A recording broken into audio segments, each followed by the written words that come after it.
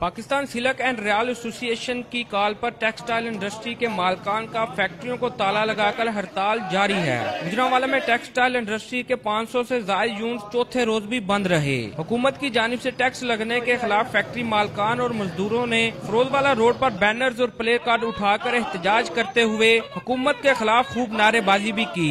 Yarn association है वो भी हमारे साथ स्ट्राइक पे है, तो इससे तो तकरीबन लाखों अफराद जो है ना वो डिस्टर्ब हुए हैं, लाखों अफराद का बेरोजगार जो है ना वो बेरोजगार हुए हैं। तो इसलिए गवर्नमेंट से ये रिक्वेस्ट है, गवर्नमेंट अवामी गवर्नमेंट है ना, ये कोई डिक्टेटरशिप नहीं है कि हम प्राइम मिनिस्टर से ये रिक्वेस्ट करते हैं कि इस बजट को ये जो 50 रेटेड सेक्टर्स हैं इनको 0 रेटेड इनका बहाल किया। हमने ना कोई डिस्ट्रॉय करना है और ना हमारी ये कोशिश है, जो भी होगा वो जमहूरी वे से होगा।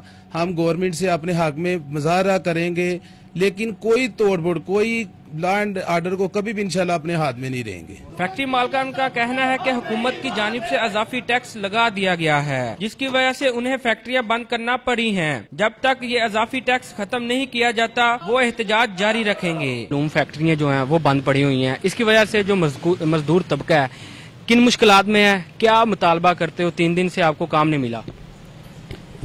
3 दिन से काम नहीं मिला, ये बात है। मजदूर आदमी है, हम दिहाड़ी लगाएंगे तो कुछ करेंगे ना।